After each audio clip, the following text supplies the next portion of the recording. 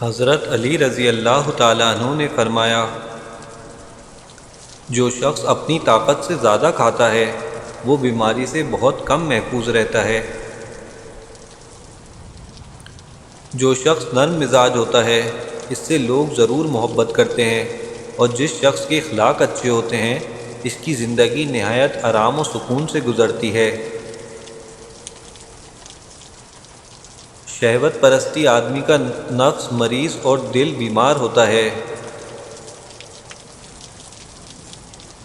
لوگوں، مجھے تم پر دو چیزوں کی فکر رہتی ہے، ایک لمبی امیدیں لگانا اور دوسرا اپنی خواہش کے مطابق چلنا۔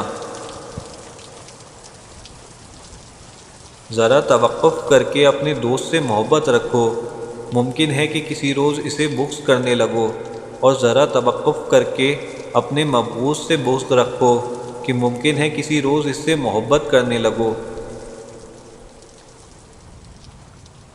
اگر تو اپنے راز کو پوشیدہ رکھے تو وہ تیری خوشی کا باعث ہے، اور اگر ظاہر کر دے تو وہ تیری ہلاکت کا موجب ہے۔ جس شخص کے دل میں اللہ تعالیٰ اپنی نعمتوں کی شکر گزاری ڈال دیتا ہے اس کی نعمتوں کی ترقی کبھی ختم نہیں ہونے پاتی۔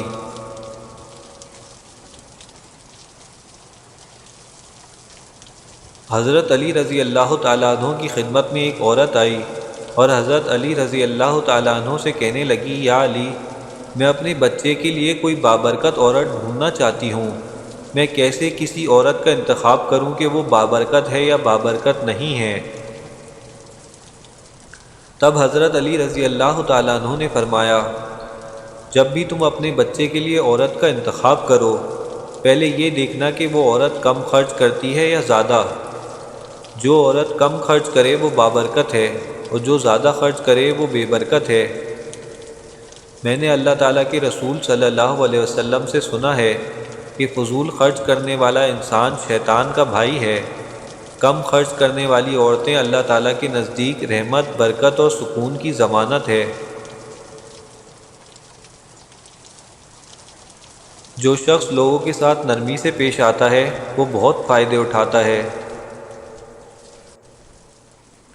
میرے نزدیک اپنے دینی بھائی کو 20 درہم دینا دوسرے مسکینوں پر 200 درہم خرچ کرنے سے بھی زیادہ پسندیدہ ہے۔ شہوت ایک گمراہ کرنے والی چیز اور اولاد بد ایک طرح کی دشمن ہے۔ اے تاجروں کے گروہ، حق لو اور حق دو، تم سلامت رہو گے، اور تھوڑا نفع دگنا نہ کرو، ورنہ تم حق روک کر اس سے زیادہ محروم ہو جاؤ گے اور کئی گنا باطل طور پر ضائع ہو جائے گا۔ خواہش پر عمل کرنا حق پر چلنے سے رکاوٹ بنتا ہے۔ آدمی بلا شبہ اپنے راز کو خود بہتر محفوظ رکھ سکتا ہے۔